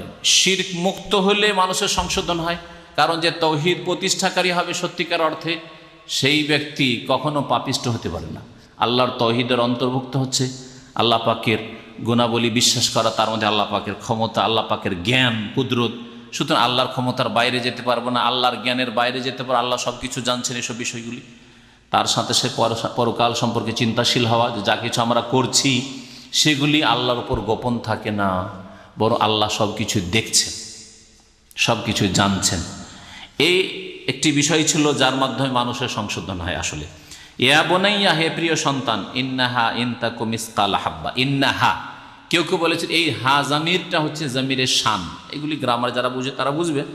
জামিরের শান মানে ওর কোনো মার্জা নেই, মানে হা কোনো কিছুর দিকে ইঙ্গিত করা হয়েছে এমন নয়। ইন্নাহা মানে কথা হচ্ছে, যেমন আমরা বলেছি কথা হচ্ছে এই সৌন্দর্যের জন্য, মাশাআল্লাহ, সৌন্দর্যের জন্য। আর কেউ কেউ বলছেন না, সৌন্দর্যের জন্য না, এর হা জামির, আর এ জামির শান না, জামিরের মার্জা আছে। তাহলে ইন্নাহা আগে কি আলোচনা হয়েছে? আলোচনা হয়নি, যেটা মানুষের স্মৃতিতে আছে, যেটা ইন্নাহা মানে যে কোনো পাপ, ইন্নাল খাতিয়া, ভুল। হ্যাঁ, ইন্নাহা ইনতাকু মিসকাল হাব্বা, নিশ্চয় যদি গুনাহ কি হয়, ইনতাকু মিসকাল হাব্বা মিন খারদাল, সরিষার দানা পরিমাণও হয়, সরিষার দানা পরিমাণও হয়। কেউ কেউ বলেছে যে না, যে কোনো কাজ, তাহলে শুধু গোনাতে সীমিত থাকলো, নেকির ক্ষেত্রে হইতে পারে। আল্লাহ পাক যেমন গোনাকে হাজির করবেন তেমন নেকিকেও হাজির করবেন। কারণ অনেক সময় নেকি সম্পর্কে মানুষ দুনিয়ার দিকে নজর দেয়, আল্লাহ যে রেকর্ড করছেন, আল্লাহ পাকের পক্ষ থেকে সব কিছু রেকর্ড হচ্ছে, আল্লাহ জানছেন, এটা ভুলে যায়। যার ফলে মানুষ দেখলে ভালো কাজ করে আর খুশি হয়, আর মানুষ না দেখলে ভালো কাজ করতে অত উৎসাহিত হয় না। এখানেও তৌহিদে দুর্বলতা। যদি আপনার ঈমান ইয়াকিন মজবুত থাকে, আমি আল্লাহর সন্তুষ্টির জন্য করছি, আল্লাহর কাছে পাবো বলে করছি, তো মানুষের দেখার আবার কি আছে? আমি মানুষ থাকলেও আমি ভালো কথা বলবো, ভালো কাজ করবো, আর মানুষ না থাকলেও, কেউ না জানলেও ভালো কাজ করবো, ভালো কথা বলবো, ঠিক না? তাহলে আপনার আমলের কর্মের ক্যাটাগরি আর কোয়ালিটি সুন্দর হবে, আলাদা হবে, সবসময় আপনার ভালো হবে। কারণ আপনি জানছেন যার কাছে আমি পাবো তিনি তো জানছেন, দেখছেন, মানুষের দেখার আর জানার কি আছে? ইন্নাহা অর্থাৎ নিশ্চয়ই যে কোনো আমল, যে কোনো কর্ম, ইনতাকু মিসকাল হাব্বাতি মিন খারদাল, সেটা যদি সরিষার দানা পরিমাণও হয়, ফাতাকুন ফি সাখরা, আর সেটা যদি পাথরের ভিতরেও হয়। সরিষার দানা এমনিতে দেখা যায় না, এগুলিতে পড়ে থাকলে, খোলা জায়গায় পড়ে থাকলেও দেখা যায় না। আর সেটা যদি পাথরের ভিতরে হয়, আউফিস সামাওয়াত, অথবা আকাশের কোনো জায়গায় পড়ে আছে, আউফিল আরজ, অথবা পৃথিবীর কোনো জায়গায় পড়ে আছে, আপনার একটা ক্ষুদ্র আমল দুনিয়ার কোনো জায়গায় আছে, কোনো মানুষ জানতে পারেনি, কোনো সাক্ষী নেই, ভালো আমল অথবা খারাপ আমল, পাপ অথবা নেকি, ইয়াতি বিহাল্লাহ, আল্লাহ পাক তা নিয়ে আসবেন, হাজির করবেন, কিয়ামতের দিনে উপস্থিত হবে। কোনো কিছু লুকিয়ে রাখতে পারবেন না। একদিন শুধু 1-2 মিনিট আপনি অবৈধ কথা বলেছেন, প্রেম আলাপ করেছেন, সাবধান, লুকিয়ে করেছিলেন, কেউ শুনতে পায়নি, ইয়াতি বিহাল্লাহ, আল্লাহ পাক হাজির করবে। যে কোনো অন্যায়ের ক্ষেত্রে, অন্যায় কথা হোক অথবা কাজ হোক, মাত্র 1টা রিয়াল, ভাবলেন যে নাস্তা করব নিজের পয়সা দিয়ে, কফিলের পয়সা দিয়ে নাস্তা করছে, 1টা রিয়াল দিয়ে, ইয়াতি বিহাল্লাহ। একটা জিনিস দেখে কোম্পানির খুব ভালো লাগলো, চিন্তা করলেন কেউ তো দেখে না, নিয়ে নি।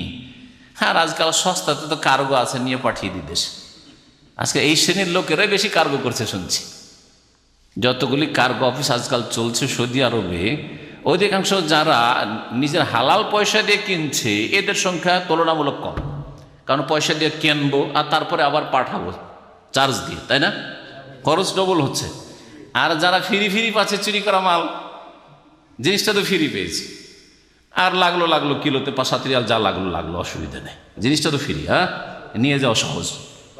বাস্তব না? অনেক ভাইরা আমাকে বলেছে, কারণ আল্লাহর ভয় নেই। এই আয়াত, এই একটা আয়াত হেদায়েতের জন্য যথেষ্ট। যেখানেই থাক না কেন তোমার ওই পাপ কর্ম অথবা নেকির কাজ, তোমার কর্ম এক কথা, ইয়াতি বিহাল্লাহ, আল্লাহ পাক সেটাকে কিয়ামতের দিনে তোমার সামনে হাজির করবেন, নিয়ে আসবেন। ইন্নাল্লাহ লতীফুন খাবির, কারণ নিশ্চয় আল্লাহ পাক লতীফ, অত্যন্ত সূক্ষ্ম খবর রাখেন। লতীফ সূক্ষ্মদর্শী, লতীফ মানে, আর খাবির যিনি সব কিছু সম্পর্কে ওয়াকিফাল, সূক্ষ্মভাবে জ্ঞাত। খাবির, খবর থেকে খাবির, মুবালাগার সেগা। আর লতীফ লুৎফ থেকে, লুৎফ মানে কোনো সূক্ষ্ম জিনিস, লুৎফ মানে দয়া হয়, একাধিক অর্থ হয়। এখানে লুৎফ মানে, লতীফ মানে একেবারে সূক্ষ্ম জিনিস, যেটা হয়তো চোখে ধরে না এমনিতে সাধারণত। তো আল্লাহ পাক এইরকম সূক্ষ্ম জিনিস যা হয়তো মানুষের চোখে ধরেন না, সে সম্পর্কেও আল্লাহ পাক ওয়াকিফাল। তারপরে লোকমান হাকিমের উপদেশ, ইয়া বুনাইয়া, হে প্রিয় সন্তান, আকিমিস সালাহ, সালাত কায়েম করো, নামাজ কায়েম করবে। লোকমান হাকিম নবী করিম সাল্লাল্লাহু আলাইহি সাল্লামের আগের জামানার লোক। এই না যে মেরাজের পরে নামাজ ফরজ হয়েছে তখনকার নামাজ, হ্যাঁ, আগের উম্মতের নামাজ। তাহলে বোঝা গেল যে নামাজ, এই সালাতের ইবাদত এত সুন্দর ইবাদত যে আল্লাহ পাক রব্বুল আলামিন আগের উম্মতেও সালাতের বিধান রেখেছেন। আম্বিয়া কেরামগণ সালাত পড়েছেন, সালাত আদায় করেছেন, নামাজ কায়েম করেছেন। আকিমিস সালাহ, নামাজ কায়েম করবি, কারণ সালাতের মাধ্যমে আল্লাহ পাকের সাথে সম্পর্ক মজবুত থাকে। যার সালাত নেই, আল্লাহ যেভাবে বলেছেন সেইভাবে তার আল্লাহর সাথে সম্পর্ক ছিন্ন। মাবুদের সাথে আবদের, হ্যাঁ, আবদ মানে বান্দা, বান্দার সম্পর্ক যদি রবের সাথে ছিন্ন থাকে, তাহলে তাকে কে আশ্রয় দিতে পারে? কোথায় আশ্রয় নিবে সে? একমাত্র উপায় এই নামাজ। তাওহীদের সাথে সাথে নামাজ নেই, তাহলে আল্লাহ পাকের সাথে কোনো সম্পর্ক নেই, সম্পর্কহীনভাবে জীবনযাপন করছে। আল্লাহ পাক রব্বুল আলামিনের মদদ তার সাথে নেই, আল্লাহ পাকের হেফাজত তার সাথে নেই, না দুনিয়ায়, না ইমানের ক্ষেত্রে, না আমলের ক্ষেত্রে। এই জন্য বেনামাজি নাস্তিক হয়ে যেতে পারে। কখনো এটা হইতে পারে যে এক লোক 5 ওয়াক্ত নামাজ পড়ছে না, হঠাৎ নাস্তিক হয়ে গেল, দীর্ঘদিন বেনামাজি ছিল, আল্লাহর কোনো মদদ নেই, আল্লাহর হেফাজত নেই, তারপরে নাস্তিক হয়েছে। আকিমিস সালাহ, নামাজ কায়েম করবে। ও আমর বিল মারুফ, আর ভালো কাজের উপদেশ দেবে, নির্দেশ দেবে। ওয়ানহা আনিল মুনকার, আর অন্যায় কাজে বাধা দেবে। ওয়ানহা, নিষেধ করবে, অন্যায় কাজ করতে নিষেধ করবে। এটা হচ্ছে শরীয়তের অত্যন্ত গুরুত্বপূর্ণ বিষয়, ভালো কাজের আদেশ দেওয়া আর মন্দ কাজে বাধা দেওয়া। অনেক উলামায়ে কেরামগণ ইসলামের 6টি পিলার বলেছেন। এটা নতুন কথা শুনেন, যেমন ইমানের 6টি পিলার, ইমানের 6টি স্তম্ভ, তাই না? আল ইমান বিল্লাহ ওয়া মালাইকাতিহি ওয়া কুতুবিহি ওয়া রুসুলিহি ওয়াল ইয়াউমিল আখির ওয়াল কদরি খাইরি ওয়া শাররি। ঠিক আছে, ইমানের 6টি স্তম্ভ হলো বিশ্বাস, এগুলি বিশ্বাসের বিষয়। আর ইসলামের 5টি খুঁটি কি? কালেমা তাইয়্যিবার শাহাদাত দেওয়া, লা ইলাহা ইল্লাল্লাহ শাহাদাত দেওয়া, মুহাম্মদ রাসূল শাহাদাত দেওয়া, আর সালাত কায়েম করা, যাকাত প্রদান করা, রমজান মাসের সিয়াম আদায় করা, রোজা রাখা, বাইতুল্লাহর হজ করা। আর 6 নম্বর স্তম্ভ, অনেক ওলামারা বলেছেন যে আমর বিল মারুফ ওয়া নাহিল মুনকার, ভালো কাজের আদেশ দেওয়া, অন্যায় কাজে বাধা দেওয়া, যার অপর নাম হচ্ছে আল্লাহর দ্বীনের দাওয়াত প্রচারের কাজ করা, যার তৃতীয় নাম হচ্ছে আল্লাহর রাস্তায় জিহাদ করা, মানে প্রচেষ্টা চালানো। যেমন যখন সুযোগ সুবিধা আসে তেমন প্রচেষ্টা চালানো আল্লাহর দ্বীন পৌঁছানোর জন্য, আল্লাহর বান্দা পর্যন্ত। বিভিন্ন নাম, কাজ কিন্তু একটি। ভালো কাজের আদেশ করলেন, ভালো কাজের প্রসার ঘটাচ্ছেন আপনি, আর অন্যায় কাজকে নির্মূল করছেন, এটাই জিহাদ। হ্যাঁ, দিনের দিন ইসলাম কোরআন হাদিসের দাওয়াত দিচ্ছেন, এটা হচ্ছে জিহাদ। এটা হচ্ছে আমর বিল মারুফ ওয়া নাহি আনিল মুনকার, কাজ একই। এই জন্য এর 3টি স্তর বলা হয়েছে। বল প্রয়োগ করা, বল প্রয়োগ করা বিশেষ ক্ষেত্রে রাষ্ট্রীয় ক্ষমতায় যারা আছে তারা বল প্রয়োগ করবে। আপনি আপনার বাড়িতে আপনার অধীনস্থদের উপর বল প্রয়োগ করবেন, আপনার আন্ডারে যারা কাজ করছে তাদের বল প্রয়োগ করবেন। এদের দ্বারা ডিউটি 12 ঘন্টা করিয়ে নিয়েছেন আপনি, 8 ঘন্টার জায়গায় 12 ঘন্টা ডিউটি করাইতে পারছেন, আর নামাজটা পড়াতে পারছেন না, সেখানে বোবা শয়তান হয়ে বসে আছেন, জবাবদিহি করতে হবে কিয়ামতের দিনে। এই ক্ষেত্রে বল প্রয়োগ করতে হবে। কিন্তু গ্রামের লোকের বল প্রয়োগ করা আপনার কাজ নয়, সেটা আপনার স্ত্রীর উপর বল প্রয়োগ করা, আপনার ছেলে মেয়েদের বল প্রয়োগ করা আপনার কাজ। কিন্তু আপনার পাড়া প্রতিবেশীর লোকদের উপর বা তাদের অন্য লোকের ছেলে মেয়েদের উপর বল প্রয়োগ করা আপনার কাজ নেই। অত্যন্ত গুরুত্বপূর্ণ বিষয়। যে কোনো সমাজে যখন ভালো কাজের নির্দেশ আর অন্যায় কাজে বাধা দেওয়া, অথবা অপর ভাষায় দিন ইসলামের দাওয়াত প্রচার প্রসারের কাজ চলতে থাকবে, ততদিন পর্যন্ত সেই সমাজের মানুষ আল্লাহর আযাব গজব থেকে নিরাপদ থাকবে। আর যদি এই কাজ ছেড়ে দেয়, দিনের দাওয়াত দিচ্ছেন না, বাস নিজে ব্যক্তি জীবনে ভালো, তাহলে যে কোনো সময় আল্লাহ পাকের আযাব আসতে পারে। আর আজকে মুসলিম সমাজে আল্লাহ পাকের আযাবের, আল্লাহ পাকের গজব, বিভিন্ন রকম বিপদ আপদ বালা মুসিবতের কারণ হচ্ছে দিন ইসলামের দাওয়াত ছেড়ে দিয়ে কেউ ঘরে বসে গেছেন, কেউ নিজের দুনিয়া নিয়ে বসে আছেন, পেট নিয়ে, ব্যবসা নিয়ে, আর কেউ টার্গেট বানিয়েছেন যে অন্যরা কি যে গদিতে বসছে, আমরা কি করে গদিতে যাব। দিন ইসলামের দাওয়াত ছেড়ে দিয়েছে। দিন ইসলামে যদি দাওয়াত দিতেন আর এই গদির স্বপ্ন না দেখতেন, তাহলে এত জুলম বাড়ত না, দেশ এত জুলম বাড়ত না, আর এই জুলমের শিকারও হইতেন না, যে জুলমের জন্য হাই হাই হাই হাই করছেন। আল্লাহ পাক রব্বুল আলামিন দিনের দিকে ফিরে আসার আল্লাহ পাক যেন তৌফিক দান করেন। ওয়ামুর বিল মারুফ, ভালো কাজের নির্দেশ দাও, অন্যায় কাজে বাধা দাও। ওয়াসবির আলা মা আসাবাক, আর যা কিছু তোমার উপর এসে পড়ে তার উপর ধৈর্য ধারণ করো। যে বিপদ আপদ আসে তার উপর ধৈর্য ধারণ করো। তাহলে বোঝা গেল যে আল্লাহ জানছেন ভালো করে যে যখন ভালো কাজের কথা বলবেন, অন্যায় কাজে বাধা দেবেন, তখন বিপদ আপদ আসতে পারে, গাল খেতে হইতে পারে, হ্যাঁ, মার খেতে হইতে পারে, ধন সম্পদের ক্ষতি হইতে পারে, হ্যাঁ, বিভিন্ন রকমের ক্ষয়ক্ষতি হতে পারে। আল্লাহ বলছেন ওয়াসবির, ধৈর্য ধারণ করো, আলা ওই সব বালা মুসিবত বিপদ আপদের উপর, মা আসাবাক, যা তোমার উপর আপতিত হয়, ধৈর্য ধারণ করতে হবে। ইমাম আহমদ বিন হাম্বল ধৈর্য ধারণ করেননি, কারণ ইমাম আবু হানিফা রহমতুল্লাহ আলাইহি জেলে যাননি, ধৈর্য ধারণ করেননি, ধৈর্য ধারণ করেছেন না, তাদের ভক্ত কম ছিল। হ্যাঁ, আজকালকার লোকদের আমাদের চাইতে যারা সিনিয়র, আমাদের চাইতে যারা জুনিয়র, যারা দিন ইসলামের কাজ করছি, যেসব লোকদের অনুসারীরা আছে, ভক্তরা আছে, তাদের চাইতে অনেক অনেক গুণে বেশি ইমাম আবু হানিফা আর ইমাম আহমদ তাদের ভক্তদের সংখ্যা ছিল। তারা কি রাস্তাঘাটে বেরিয়েছিলেন? হ্যাঁ, ভাঙচুর করব, ইনকালাব জিন্দাবাদ করব, ক্ষয়ক্ষতি করব, হ্যাঁ, মারপিট করব, সরকারের লোককে মারব, এগুলো করেছেন নাকি? বলেন, করলে ইমাম হানিফার জীবনীতে দেখান, কেউ ইমাম শাফির, ইমাম আহমদ বিন হাম্বলের জীবনীতে দেখান। আজকাল যে জুলম অত্যাচার হচ্ছে তার চাইতে অনেক বেশি জুলম হয়েছে ইমাম আহমদ বিন হাম্বলের উপর। এত বড় জালেম, আকীদার ক্ষেত্রে জালেম সরকার ছিল, মুতাজিলি সরকার ছিল, কিন্তু ধৈর্য ধারণ করেছে, দিনের দাওয়াত দিয়েছেন, লোকজনে অনুমতি চেয়েছে যে বলেন, ক্ষমতাও ছিল, উল্টে পাল্টে রেখে দিচ্ছে, কিন্তু ভালো করে জানছিলেন যে এতে লাখ লাখ মানুষ হতাহত হবে, যারা বেরোবে তারাও ক্ষতিগ্রস্ত হবে, আর যাদের বিরুদ্ধে বেরোবে তারাও মুসলিম, তারাও ক্ষতিগ্রস্ত হবে। সেই জন্য কোনো সময় অনুমতি দেননি। তাই বলবেন যে ইমাম আহমদ বিন হাম্বল ভুল করেছেন না? আজকালকার আলেম সমাজের সমান বুঝতেন না? তারা বুঝতেন না? বুঝতেন না? এমনি 4 ইমামের 1 ইমাম। আল্লাহ পাক রব্বুল আলামিন যেন বুঝার তৌফিক দান করেন। জালেমদেরকে আল্লাহ পাক জুলুম থেকে বিরত থাকার তৌফিক দান করেন, মজলুমদেরকে আল্লাহ পাক ধৈর্য ধরার তৌফিক দান করেন, আর কোরআন সুন্নাহর পথে ফিরে আসার তৌফিক দান করেন, দাওয়াত ইসলামের দাওয়াত দেওয়ার তৌফিক দান করেন, সৎ কাজের আদেশ দেওয়ার, অন্যায় কাজে বাধা দেওয়ার আল্লাহ পাক তৌফিক দান করেন। এমনটা না হয় যে আপনাদেরকে যখন পাঠিয়ে দেওয়া হলো তো ওই কাজগুলি আপনারাও করলেন। পার্থক্যটা কোথায় থাকলো? যেই কাজগুলি অন্যরা করছে সেই কাজগুলি আপনাদেরকেও যখন পাঠিয়ে দিলাম যে আপনারা ভালো মানুষ, তোলো মানুষ, আপনারা ওই কাজগুলি করলেন, তো পার্থক্য কোথায় থাকলো?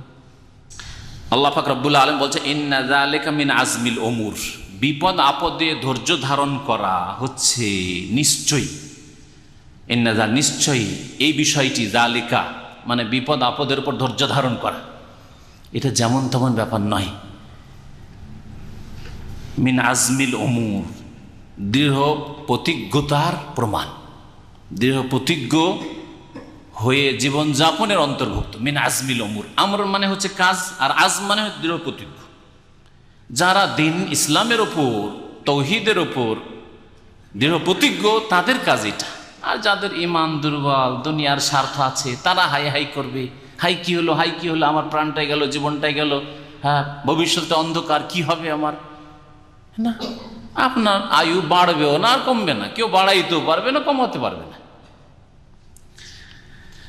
আল্লাহ পাক রব্বুল আলামিন তারপরে লোকমান হাকিমের আরেকটি উপদেশ উল্লেখ করেছেন, ওয়ালা তুসাইর খাদ্দাকালিন নাস। ছেলেকে তিনি এই উপদেশ দিয়েছিলেন যে হে প্রিয় বৎস, ওয়ালা তুসাইর খাদ্দাকালিন নাস, তুমি তোমার মুখটা ভেঙচিয়ে কথা বলিও না মানুষের সাথে। মুখ ভেঙচানো বুঝেন? হ্যাঁ, বুঝেন না? শাব্দিক অর্থ করি আগে। ওয়ালা তুসাইর খাদ্দাকা, তোমার গালটা, খাদ মানে হচ্ছে গাল, এই যে খাদ্দাইন দুটো গাল, তোমার গালটা, আর সাআরা ইউসাইরু মানে ঝুঁকিয়ে নেওয়া বা বাঁকা করা, তোমার মুখমণ্ডলটা বাঁকা করিও না। তোমার গালটা বাঁকা করিও না মানে তোমার মুখমণ্ডল মানুষের সামনে বাঁকা করে কথা বলিও না। কথা বলছেন, সালাম আলাইকুম, কেমন আছেন, হ্যাঁ বলেন, ওইদিকে লোক বলছে, আর বলেন কি বলছেন বলেন, এই যে কম্পিউটার বসে আছেন, সালাম আলাইকুম, ভালো আছেন, হ্যাঁ হ্যাঁ কেমন আছেন বলেন। না, এটা চরিত্র, খারাপ চরিত্র, এটা খারাপ চরিত্র, আল্লাহ নিষেধ করেছেন। এটা অহংকারের পরিচয়। এখান থেকে বেশ কয়েকটি অহংকারের বহিঃপ্রকাশ, যেগুলি অন্তরে অহংকার আছে, দাম্ভিকতা আছে, যেটার বহিঃপ্রকাশ ঘটে এইরকম অঙ্গ প্রত্যঙ্গ দিয়ে, সেগুলি আল্লাহ নিষেধ করেছেন। ওয়ালা তুসাইর খাদ্দাকালিন নাস, মানুষের সাথে মুখ ভেঙচিয়ে কথা বলিও না। ওয়ালা তামশি ফিল আরদে মারাহা, আর পৃথিবীতে দাম্ভিকতার সাথে চলাফেরা করবে না। জমিনের ওপর ওয়ালা তামশি ফিল, জমিনের ওপর দাম্ভিকতার, মারাহা বুক ফুলিয়ে চলাফেরা করা, দাম্ভিকতার সাথে চলাফেরা করা। রাস্তায় চলছেন, এমনভাবে চলছেন যে একবারে ডানে বামে কোনো কিছু দেখা দেখি না, নিচের দিকে দেখে আপনার জমিনে যেখানে পা ফেলছেন সেদিকে দেখে চলাফেরা করেন। এর মানে এনে যে ডানে আর বামে দেখতে থাকবেন, ডানে বামে নাজায়েজ জিনিস থাকতে পারে, অনেক চেহারা খোলা থাকতে পারে, সুতরাং এটা শরীয়ত নাই। কিন্তু অন্তত কেউ সালাম দিলে বুঝতে পারলেন যে সালাম দিচ্ছে, অথবা মুসলিম সামনে আসছে আপনি সালাম দেবেন, আর আপনি উত্তম ব্যক্তি যদি আপনি সালাম দিতে পারেন। কিন্তু এমনভাবে চলা যে আপনি যেন বুক ফুলে চলছেন, আপনার চলায় বোঝা যাচ্ছে। অনেক সময় মাথা হয়তো নিচে করে থাকে, কিন্তু এমন নিচে করে মাথা চলে যে কেউ যদি এদিক ওদিক থেকে সালাম দেয়, সালাম আলাইকুম, ওয়ালাইকুম সালাম, টান দিল, দেখা দেখিও না। এটা একটা অহংকারের পরিচয়, এমনটা যাতে না হয়। কেউ যদি বলে কেমন আছেন, তো আলহামদুলিল্লাহ ভালো আছি, আপনি কেমন আছেন, কেমন আছেন, হ্যাঁ ভালো আছি, না যথেষ্ট নয়, এখন অহংকার আছে। আরে একজন বললো কেমন আছেন, তা আপনিও জিজ্ঞাসা করেন যে হ্যাঁ আপনি কেমন আছেন, ঠিক না? সমান সমান তো করেন। আল্লাহ বলছেন ফাহাইয়ু বি আহসানা মিনহা, যে তোমাকে সংবর্ধনা দিচ্ছে তার চাইতে ভালো করো, তার চাইতে ভালো করতে আল্লাহ পাক বলেছেন। তাহলে একটা কথা জিজ্ঞেস করলে আপনি দুটো জিজ্ঞেস করেন, এটা হচ্ছে সবচেয়ে উত্তম। ভাই কেমন আছেন? হ্যাঁ আলহামদুলিল্লাহ ভালো আছে। আপনি কেমন আছেন? ছেলে মেয়ে কেমন আছে? এই যে ছেলে মেয়ে কেমন আছে বললেন, অতিরিক্ত হইল। ফাহাইয়ু বিআহসানা মিনহা আও রুদ্দুহা, কমপক্ষে সমান সমান করো। শুধু সালামের ক্ষেত্রে নয়, কথাবার্তার ক্ষেত্রে এটা প্রযোজ্য। এই আয়াতের উপর আমল করা উচিত। আল্লাহ পাক বলছে ইন্নাল্লাহা লা ইউহিব্বু কুল্লা মুখতালিন ফখুর, নিশ্চয় আল্লাহ পাক ভালোবাসেন না, যাকে ভালোবাসেন আল্লাহ পাক কখনো তৌফিক দেন না, সর্বনাশ করেন। নিশ্চয় আল্লাহ পাক ভালোবাসেন না প্রত্যেক অহংকারী আর দাম্ভিককে। মুখতাল দাম্ভিক, ফখুর যে যার অন্তরে গৌরব রয়েছে, ফখুর মোবালেগার শেখা ফাউলের ওজনে ফখর, গৌরবকে বলা হয় আরবি ভাষায়, ওখান থেকে ফখুর। ওয়াকসিদ ফি মাশিয়েক, আর হে ছেলে তুমি তোমার চলায় মধ্যপন্থা অবলম্বন করবে। মধ্যপন্থায় চলা এটা হচ্ছে নমনীয়তার পরিচয়, বিনয়ী হওয়ার পরিচয়। পক্ষান্তরে খুব জোরে চলা দাপটের সাথে এটা অহংকারের পরিচয়। আর একেবারে রুগীর মতো চলাফেরা করা, অচল মনে হচ্ছে রুগী, অথচ আপনি রুগী না, এটাও পছন্দনীয় না। এই জন্য আল্লাহ পাক লোকমান হাকিমের উপদেশে উল্লেখ করেছেন যে মধ্যম পন্থা অবলম্বন করো চলাই। ওয়াগজুদ মিন সৌতিক, আর তোমার আওয়াজকে কি করো? নিচু করো। গাদ্দা ইয়াগুজ্জ মানে নিচু করা। ওয়াগজুদ কুল্লিল মুমিন ইয়াগুজ্জু মিন আবসারিহিম, মুমিন পুরুষদেরকে বলে দাও তারা যেন দৃষ্টিকে নিচু রাখে, নত রাখে, নিচু রাখে। ওয়াগজুদ মিন সৌতিক, তোমার আওয়াজকে নিচু করবে। তাহলে হইচই করে কথা বলা, কথা বললেই একেবারে চিৎকার সাউন্ড উপরে উঠে গেল, এর চরিত্র ভালো না। অনেক ভাইদের আছে, আমাদের ছাত্র ভাইদের মধ্যে দেখা যায়, একটু যদি দুইজন হয় কথা বলতে, ওর কথাটা ওর উপরে চড়ে থাকবে। না এরকম কেন? আস্তে কথা বলেন। একটাই কথা, আপনি তার ভুল ধরছেন, তারপর যদি আস্তে করে কথা বলেন তাহলে কবুল করবে। সুন্দর কথা বলছেন, ইতিবাচক কথা বলছেন, ভুলও ধরছেন না, কিন্তু আওয়াজ উঁচা করে শুনবেন, আপনার কথা মানবে না। তাকেও শয়তান ধরে নেবে, অহংকার তার মধ্যে ঢুকে যাবে। তুই আমাকে দাপট দেখে কথা বলবি, হ্যাঁ, শুনবে না। ওয়াগজুদ মিন সৌতিক, আস্তে কথা বলা, আওয়াজ নিচু করা, এটা হচ্ছে বিনয়ী হওয়ার, তাওয়াজুর পরিচয়। পক্ষান্তরে অহংকারীর পরিচয় হচ্ছে জোরে কথা বলা, চিৎকার করে হইচই করে কথা বলা, যেন মনে হচ্ছে আওয়াজ দিয়েও মানিয়ে নেবে। না, এটা খারাপ চরিত্র। আওয়াজ উঁচা করা যদি ভালো হইতো তাহলে সবচেয়ে ভালো ভয়েস হতো গাধার আওয়াজ। আল্লাহ বলছেন সব থেকে গাধার আওয়াজ সবচেয়ে খারাপ। ইন্না আনকারাল আসওয়াতি লাসাউতুল হামির, নিশ্চয় আওয়াজের মধ্যে, আওয়াজের মধ্যে সবচাইতে শ্রুতি কটু। আনকারুল আসওয়াত শ্রুতি কটু, শুনতে খারাপ লাগে। কোন আওয়াজ? লাসাউতুল হামির, সেটা হচ্ছে গাধার আওয়াজ। হেমারের বহু বচন হচ্ছে হামির। গাধার আওয়াজ সবচাইতে শ্রুতিকটু। তাহলে তোমার আওয়াজ উঁচা করা যদি ভালো কাজ হইতো তাহলে গাধার আওয়াজও ভালো। কিন্তু মানুষকে প্রাকৃতিকভাবে ইসলাম থেকে দূরে সরে যদি একজন মানুষকে বলেন যে কোন পশুর আওয়াজ সবচাইতে খারাপ লাগে শুনতে, বলছে গাধার আওয়াজটা খুব বিশ্রী লাগে, বলবে না? এটা হিন্দুও বলবে, ইহুদি খ্রিস্টান বলবে গাধার আওয়াজ শুনতে খুব বিশ্রী লাগে। ইন্না আনকারাল আসওয়াতি লাসাউতুল হামির। তাহলে আওয়াজ উঁচু করাটাই ভালো কাজ নয়। এখন চিন্তা করেন তো যে লোকমান হাকিমের উপদেশগুলি কত সুন্দর। দ্বীন ইসলামের একটা দিক হচ্ছে আকীদার দিক, ঠিক আছে? আকীদা মানে তৌহিদের আকীদা, তৌহিদের বিষয়, শিরক মুক্ত হও আর তৌহিদ প্রতিষ্ঠা করো। এটা হচ্ছে প্রথম উপদেশ। দ্বিতীয় দিক মানুষের সংশোধনের জন্য, সেটাও ইমানের বিষয়, সেটা হচ্ছে পরকাল সম্পর্কে চিন্তাশীল হও। আপনাকে আমাকে আল্লাহ পাক লাগামহীন ছেড়ে দেননি, বরং খেলনার ঘরে দুনিয়াতে আল্লাহ পাক ছেড়েছেন। আর সব কিছু আমাদের রেকর্ড হচ্ছে, কিন্তু সব কিছু রেকর্ড হচ্ছে। আল্লাহ পাকের এলমে রেকর্ড হচ্ছে, আল্লাহ পাকের কুদরতের আওতাতেই আছে। আবার অতিরিক্ত ফেরেশতারা মালায়েকা রেকর্ড করছেন, লিখছেন, কর্মলিপি আমলনামায় লেখা হচ্ছে। আল্লাহ পাক ইয়াতে বেহা আল্লাহ হাজির করবেন। সংশোধনের আর একটা দিক পরকাল সম্পর্কে চিন্তাশীল হয়। যে ব্যক্তি পরকাল সম্পর্কে চিন্তাশীল হবে সে কখনো পাপ করতে পারে না। আর পাপ যদি হয়ে যায় তো পাপের রাস্তায় কখনো থাকতে পারে না অবিচল অটল, বরং দ্রুত গুনার রাস্তা থেকে, অন্যায় রাস্তা থেকে ফিরে আসবে। হইল না? মানুষের সংশোধনের দুটো দিক উপদেশ। তৃতীয় বিষয়, মানুষের ব্যক্তি জীবনের সংশোধনের জন্য নামাজের কোনো বিকল্প নেই। ব্যক্তি জীবনে একজন সুন্দর মানুষের মতো মানুষ হলে বেনামাজি কখনো মানুষ হতে পারে না। বেনামাজির দ্বারা যে কোনো পাপ হইতে পারে যে কোনো সময়। আর একজন নামাজি সত্যিকার অর্থে যদি নামাজি হয় কোরআন সুন্নাহ মোতাবেক, তো আল্লাহ পাক আসদাকুল কাইলিন কুল সাদাকাল্লাহ, আল্লাহ সত্য বলেছেন, ইন্না সালাতা তানহা আনিল ফাহশাই ওয়াল মুনকার, নিশ্চয় সালাত নামাজ মানুষকে অশ্লীল কথা কাজ থেকে আর অন্যায় কথা কাজ থেকে বিরত রাখে। সমস্ত অন্যায় থেকে বাঁচতে পারবেন আপনার ব্যক্তি জীবনে যখন আপনি সালাত কায়েমকারী হবেন, নামাজ কায়েমকারী হবেন। নামাজি হয়ে গেলেন, আপনার জীবন গড়ে উঠল। এইরকমভাবে আপনি যখন নামাজি হবেন তখন আপনি অন্যকে নামাজি বানাবার চেষ্টা করবেন। আপনার আশেপাশে খারাপ আপনি রাখবেন না, বরং আপনি আশেপাশের অবস্থাটাও ভালো করবেন। আল্লাহ পাক তারপরে যেন উপদেশ দিচ্ছেন কিসের? ভালো মানুষকে ভালো কথা বলো আর অন্যায় কাজে বাধা দেয়। অন্যায় হচ্ছে নামাজ ছাড়া, আর সব ভালো কাজ হচ্ছে নামাজ পড়া। অন্যায় হচ্ছে শিরক, আর ভালো কাজ হচ্ছে তৌহিদ প্রতিষ্ঠা করা। হ্যাঁ, তাহলে দাওয়াতের কাজ করবেন। দাওয়াত দিয়ে আপনি নিজে নামাজি হলেন, মাশাআল্লাহ, আপনার আল্লাহ রবের সাথে সম্পর্ক মজবুত, আর মানব জাতির সমস্ত মানুষের আল্লাহর সাথে সম্পর্ক ভালো করার জন্য আপনি আমরি বিল মারুফ ওয়া নাহি আনিল মুনকার করবেন, ভালো কাজের আদেশ দেবেন, আর অন্যায় কাজকে নির্মূল করবেন। অন্যায় যাতে সমাজে, পরিবারে, দেশে না হয় তার জন্য আপনার যতটা ক্ষমতা আছে, বিদ্যা বুদ্ধি আছে, আপনি চেষ্টা করবেন। আর এই পথে ধৈর্য ধারণ করতে হবে, এই জন্য উপদেশ দেওয়া হয়েছে। তারপরে মানুষের আরেকটা দিক এবাদত বন্দেগী ছাড়া, আকীদার পরে এবাদতের কথা, নামাজ এবাদত। হ্যাঁ, একটি এবাদত নামাজের কথা বললে বাকি এবাদত ছেড়ে দেওয়া। যেই ব্যক্তি নামাজি হবে অন্য অন্য এবাদতে তার ঘাটতি থাকতে পারে না।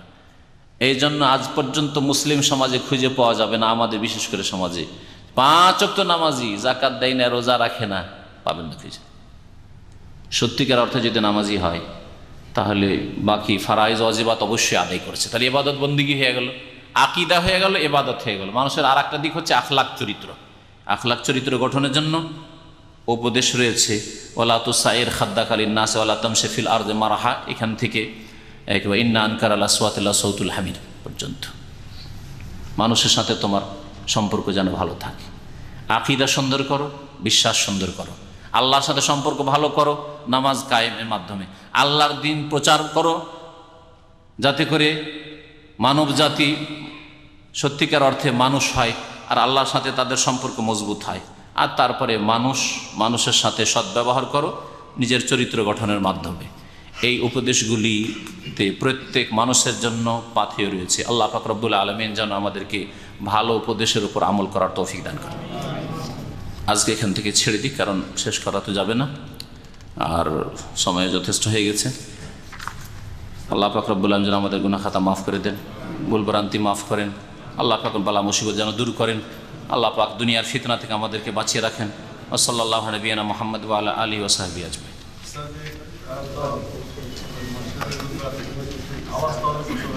হ্যাঁ, কার? আচ্ছা, না, বক্তব্য করতে গিয়ে আওয়াজ উঁচা হওয়া ওটা আলাদা বিষয়। নবী সাল্লাল্লাহু আলাইহি ওয়াসাল্লাম যখন বক্তব্য করতেন তো আওয়াজ উঁচা হইতো, কান্না মুনজিরু জাইশ, যেন তিনি সেনাবাহিনীকে সতর্ক করছেন। হ্যাঁ, তো সেই ক্ষেত্রে কোনো দোষ নেই, তবে আওয়াজ আপ ডাউন হইতে হবে, একই রকম একেবারে মানে হাই স্পিডে নয়। হ্যাঁ, আপ ডাউন হইতে হবে। কখনো বুঝাচ্ছেন ঠান্ডা করে, কখনো একটু জোরে বলছেন, যেখানে জান্নাত জাহান্নামের কথা, আযাব শাস্তির কথা, সতর্ক করার কথা, তখন একটু জোরে বলছেন, আলাদা কথা।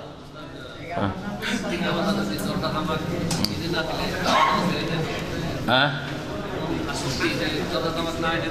আমাদের ভাই জিজ্ঞাসা করছে যে পিতা মাতা যদি জর্দা না এনে দিত অনেক সময় খাওয়া দাওয়া ছেড়ে দিবে। ছেড়ে দিক খাওয়া দাওয়া, হ্যাঁ, 2-4 দিন না খেয়ে থাকতে দেন, নিজেই খাবে। হ্যাঁ,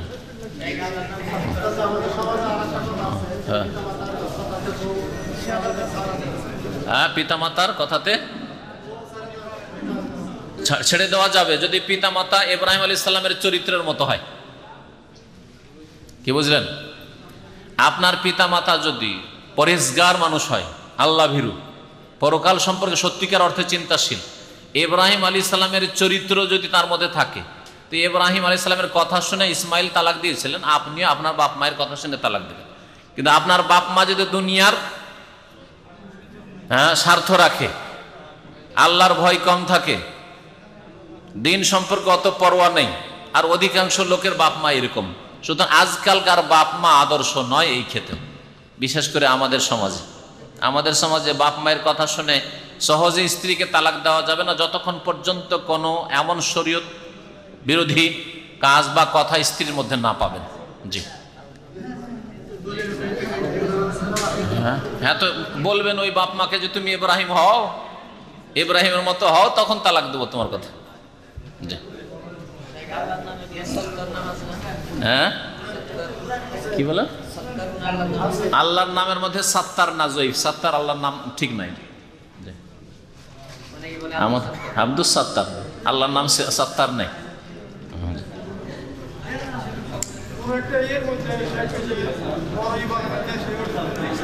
আছে কিন্তু এগুলো দুর্বল।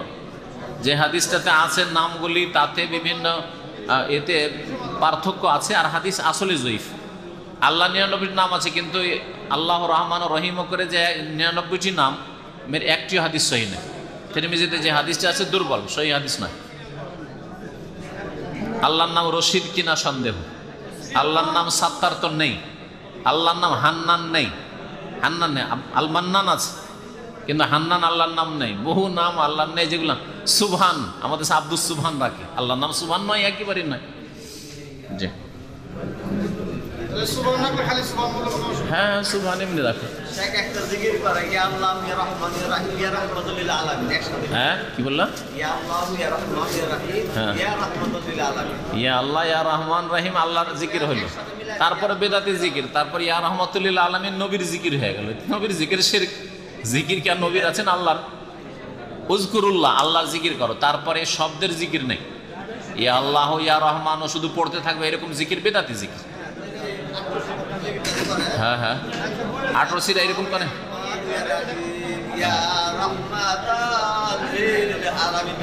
শিরক 18 এরা শিরক বেরোলেন, শিরক করে।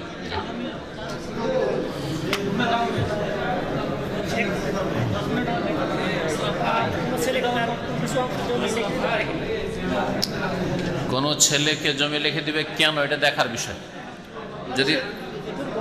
যদি দেখা যায় যে একটা ছেলেকে পড়ানোর পিছনে বেশি খরচ করেছে, আর এক ছেলেকে অশিক্ষিত থেকে গেছে, তার পড়ানোর পিছনে খরচ হয়নি, তো যতটা খরচ করেছে তার শিক্ষা দীক্ষার পিছনে ততটা পরিমাণ দিতে পারে।